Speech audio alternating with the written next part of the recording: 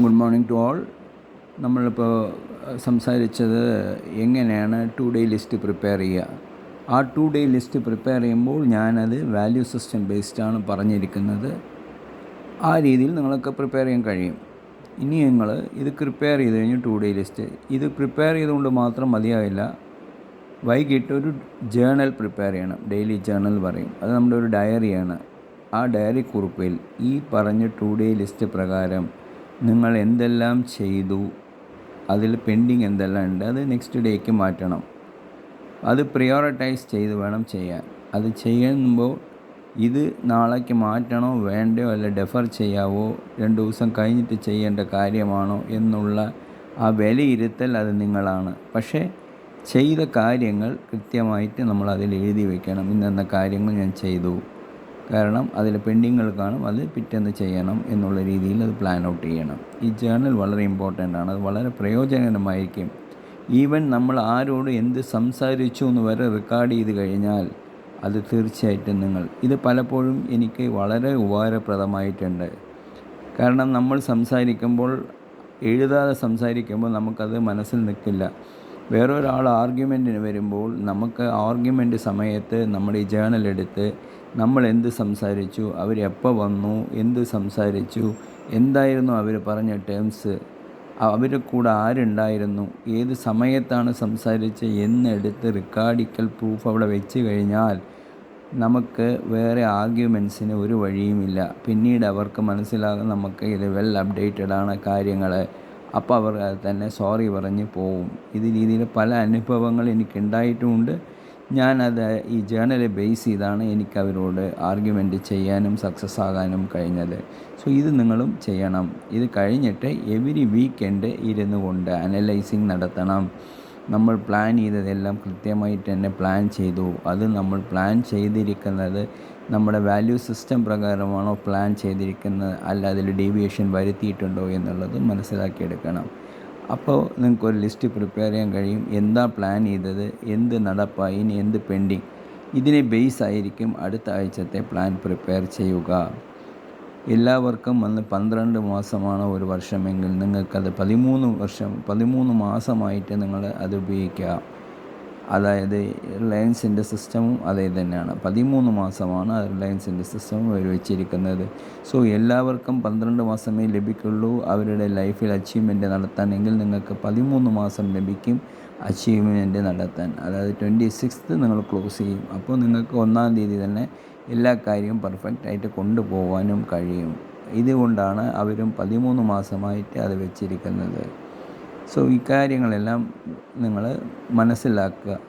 ഇതെല്ലാം എൻ്റെ എക്സ്പീരിയൻസ് ഞാൻ ഷെയർ ചെയ്യുന്നു, അല്ല ഞാൻ നിങ്ങളെ പഠിപ്പിക്കുകയല്ല.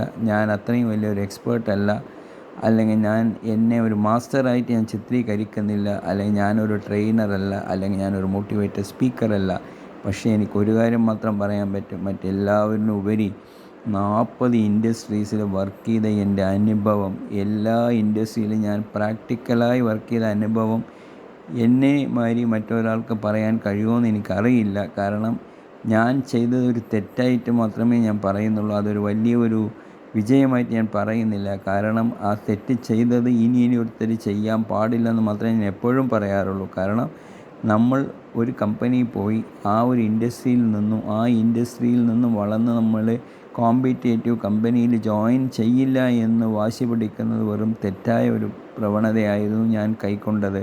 എന്നാൽ ഞാൻ തെറ്റായ പ്രവണത കൈക്കൊള്ളാതെ കോമ്പറ്റേറ്റർ കമ്പനിയിൽ പോയി ജോയിൻ ചെയ്ത് നമ്മുടെ കാര്യം നോക്കിയാൽ പോരെ എന്ന് ചിന്തിച്ചതാണെങ്കിൽ ഞാൻ എൻ്റെ നിലപാട് ജീവിതത്തിൽ വലിയൊരു നിലയിൽ ഞാൻ എത്തിക്കാണും.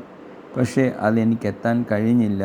എനിക്ക് നിങ്ങളോട് സംസാരിക്കുമ്പോൾ മനസ്സിൽ ദുഃഖമുണ്ടെങ്കിലും ചെറിയ സന്തോഷമുണ്ട്. കാരണം ഇത്രയും ഇൻഡസ്ട്രിയിൽ എനിക്ക് കയറിപ്പറ്റാൻ പറ്റി എന്നുള്ള ഒരു ചെറിയ സന്തോഷമുണ്ട്. ആ സന്തോഷം ഫിനാൻഷ്യലി എന്നെ താഴ്ത്തി എന്നല്ലാതെ ഫിനാൻഷ്യലി എന്നെ പൊക്കിയിട്ടില്ല.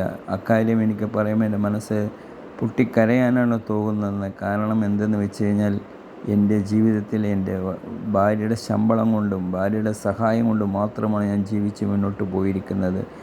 വർഷങ്ങൾ എനിക്ക് ജോലി ഇല്ലാതിരിക്കേണ്ട കാലങ്ങളിൽ ഉണ്ടായിട്ടുണ്ട്. കാരണം ഈ കോമ്പറ്റേറ്റർ ഇൻഡസ്ട്രിയിൽ പോകാതെ വേറെ ഒരു ഇൻഡസ്ട്രിയിൽ പോകുമ്പോൾ അവർ പെട്ടെന്ന് നമ്മൾ ആ ഇൻഡസ്ട്രി സ്വീകരിക്കില്ല. അപ്പോൾ നമ്മൾ കുറച്ച് വെയിറ്റ് ചെയ്ത് വേണം ജോലിയിൽ കയറാൻ. കയറി കഴിയുമ്പോൾ നമ്മൾ പെട്ടെന്ന് അത് പഠിച്ചെടുക്കുമ്പോൾ അവർക്ക് നമ്മളോട് താല്പര്യമുണ്ടാകും. അങ്ങനെ പറയുന്ന ഒരു സാഹചര്യത്തിൽ ഞാൻ പറയുന്നത് ഒരു ഇൻഡസ്ട്രിയൽ ട്രെയിനേഴ്സ് എന്ന കമ്പനിയിൽ, അതായത് എനിക്ക് ഒരനുഭവമില്ലാതെയാണ് ഞാനൊരു ടെക്നിക്കൽ പ്രോഡക്റ്റിലേക്ക് എൻ്റർ ആകുന്നത്. ഇൻഡസ്ട്രിയൽ ട്രെയിനേഴ്സ് ഇതെന്തിനാണ് ഉപയോഗിക്കുന്നത്? Filtration, oil and gas filter ചെയ്യാനും, അതുമാതിരി സുവേജ് പ്ലാന്റിൽ, ഫ്ലൂമെറ്റ് ട്രീറ്റ്മെൻറ്റ് പ്ലാന്റിൽ, അല്ലെങ്കിൽ ആ രീതിയിലുള്ള പവർ ജനറേഷൻ പ്ലാന്റിൽ, ഇവിടെയൊക്കെയാണ് നമ്മളിത് ഇൻഡസ്ട്രിയൽ ട്രെയിനർ. നമ്മൾ കാപ്പി ഫിൽറ്ററുമാതിരി നമ്മൾ ഫിൽറ്റർ വന്ന് വലിയ ഫിൽറ്റേഴ്സാണ് ഇത് ഉപയോഗിക്കുക. അതാണ് ഇൻഡസ്ട്രിയൽ ട്രെയിനേഴ്സ് എന്ന് പറയുന്നത്. സോ ഇതെല്ലാം നമുക്ക് കൂടുതൽ നോക്കി അറ്റ്നോക്ക്, അബുദാബി, ലക്നോക്ക് എന്നുള്ള കമ്പനികളെല്ലാം ഇത് വളരെ ഉപയോഗിക്കും. അതല്ലാതെ കൂടുതലായിട്ടും പവർ ജനറേഷൻ പ്ലാന്റ്സിൽ ഇത് വേണം. നിറയെ അതിൻ്റെ ആവശ്യങ്ങൾ ഒരുപാടുള്ളതാണ്. വാട്ടർ ട്രീറ്റ്മെൻറ്റ് പ്ലാന്റ് എല്ലാത്തിനും വളരെ വളരെ ഉപകാരമുള്ളത് തന്നെയാണ് ഈ സംഭവം. സോ അത് കയറി ഞാൻ പോയി അതിനെപ്പറ്റി ആദ്യം അത് പഠിച്ചെടുത്തു. ആ സ്ട്രെയിനേഴ്സിൻ്റെ ഫാബ്രിക്കേഷൻ എങ്ങനെ നടക്കുന്നത്, ഏത് ഗേജിലാണ് ഫിൽട്ടർ ചെയ്യുന്നത്, എന്ത് മെഷാണ് ഉപയോഗിക്കുന്നത്. നമ്മൾ ഒരു ഇൻഡസ്ട്രിയിൽ പോകുമ്പോൾ അതിൽ മാസ്റ്ററായി തന്നെ ആകണം. അത് പഠിച്ചെടുക്കാനുള്ള കഴിവ് നമുക്കുണ്ടാകണം. ഇൻ്റർനെറ്റിൻ്റെ സഹായത്തോടു കൂടെ കൂടുതൽ കാര്യങ്ങൾ എനിക്ക് പഠിക്കാൻ പറ്റി. ഏത് ഇൻഡസ്ട്രിയിൽ അത് എങ്ങനെ ഉപയോഗിക്കുന്നു, ആരാണ് അതിൻ്റെ ഇൻഫ്ലുവൻസ് ഫാക്ടർ, എങ്ങനെയാണ് ഓപ്ഷൻ നടക്കുന്നത്, അല്ല ഓപ്ഷൻ്റെ പരിമിതികൾ, ടെൻഡർ എങ്ങനെ വിളിക്കുന്നത്, ടെൻഡറിൽ എങ്ങനെ നമുക്ക് ടെൻഡറിൽ ജയിക്കാൻ പറ്റും, ആരെ അത് ഇൻഫ്ലുവൻസ് ചെയ്താൽ ജയിക്കാൻ പറ്റും, ഇത് ആർക്കെല്ലാം ആവശ്യമാണ്, കമ്പനിയിൽ ഇന്ന് ഇല്ലാത്ത പുതിയ ക്ലയൻസിനെ നമുക്ക് എങ്ങനെ ഉണ്ടാക്കാം, ഈ രീതിയിലുള്ള പ്രവർത്തനമാണ്. പക്ഷേ അതവിടെ പോയി അവരോട് പല രീതിയിലാണ് അതിൻ്റെ ഇൻഫ്ലുവൻസിങ് വരുന്നത്.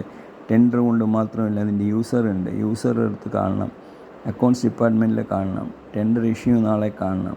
കാരണം ടെൻഡർ എപ്പോഴാണ് വരുന്നതെന്ന് അറിയാൻ വേണ്ടി. അങ്ങനെ നിരവധി ആളുകളുമായി സമ്പർക്കം പുലർത്തിയിട്ടാണ് ആ ഇൻഡസ്ട്രിയൽ ട്രെയിനേഴ്സിലെ വിജയഗാഥ ഞാൻ സൃഷ്ടിച്ച് പുറത്തു വന്നത്. Thank you.